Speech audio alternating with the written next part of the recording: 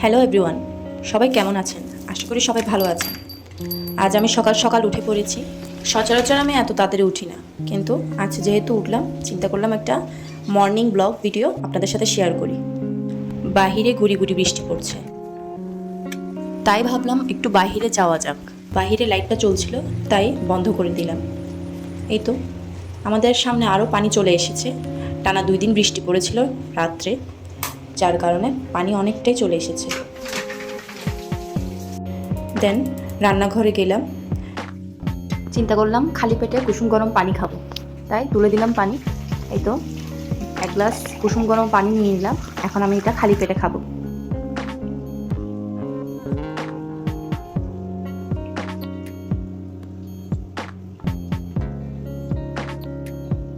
আজ অনেক দিন পর সকাল সকাল স্নান করলাম, খুব ভালো লাগছে। স্নান করেই চলে গেলাম ছাদে। ছাদে তেমন ভালো করে ওঠা হয় না, তাই চিন্তা করলাম আজকে একটু ছাদে উঠি। ছাদে কিছুক্ষণ ঘোরাঘুরি করার পর দেখলাম কি সুন্দর সুন্দর ফুল ফুটে আছে, তাই ভিডিও করে নিলাম।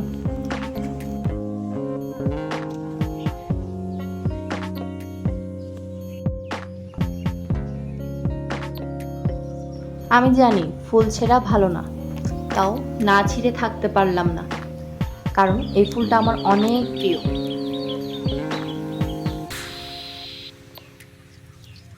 ফুলটা দেখতে খুব সুন্দর লাগছিল। এই তো কিছুক্ষণ হাঁটাহাঁটি করলাম প্রকৃতির মাঝে। দেন তার কিছুক্ষণ পরে বাসায় চলে আসলাম। বাসায় এসেই শুরু করে দিলাম আমার বাচ্চাদের জন্য কেক বানানো।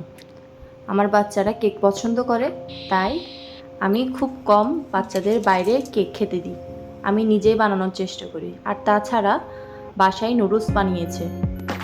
দেন আজ তাড়াতাড়ি রিকও উঠে যায় সকাল সকাল। ওকে খাবার দিয়ে নিজে চাও খেয়ে। আসলে আজকে আমাদের যাওয়ার কথা ছিল রিককে নিয়ে স্কুলে। স্কুলে বলবো না, কারণ ও এখনও ছোট। ওইটাকে আসলে বলা হয় পাড়া কেন্দ্র, যেখানে বাচ্চারা থাকে, খেলাধুলো করে, নাচ গান করে, তার পাশাপাশি কথা বলা শেখে, পড়ালেখা করে। আর যেহেতু রিক এখনও অনেক ছোট, তাই আমি আগে তাকে পাড়া কেন্দ্রতে দিতে গিয়েছিলাম। কিন্তু আজ নাকি বন্ধ, তাদের ম্যামের নাকি কিসের জানি একটা মিটিং আছে, তাই তাদেরকে বন্ধ দিয়ে দিয়েছে। আর এখানে আমি তার চুলের স্টাইল করছিলাম তার বাবার মতন।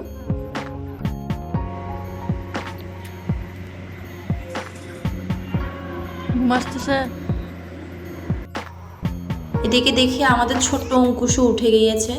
উঠেই আগে বাবা বাবা বাবা ছাড়া দুনোটা ছেলে কিছুই বোঝে না।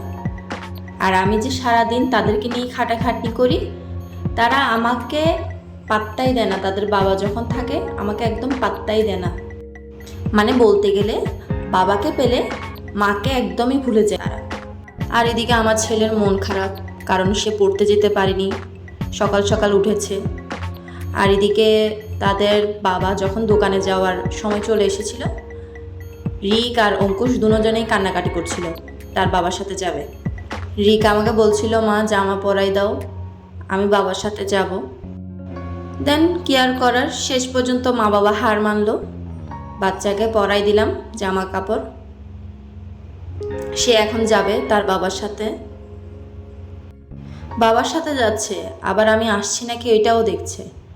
যাওয়ার সময় আবার আমাকে সুন্দর করে টাটাও দিয়ে যায়। এই হচ্ছে আজকের সকালের ব্লগ। আজ এই পর্যন্তই। সবাই ভালো থাকবেন, সুস্থ থাকবেন। টাটা।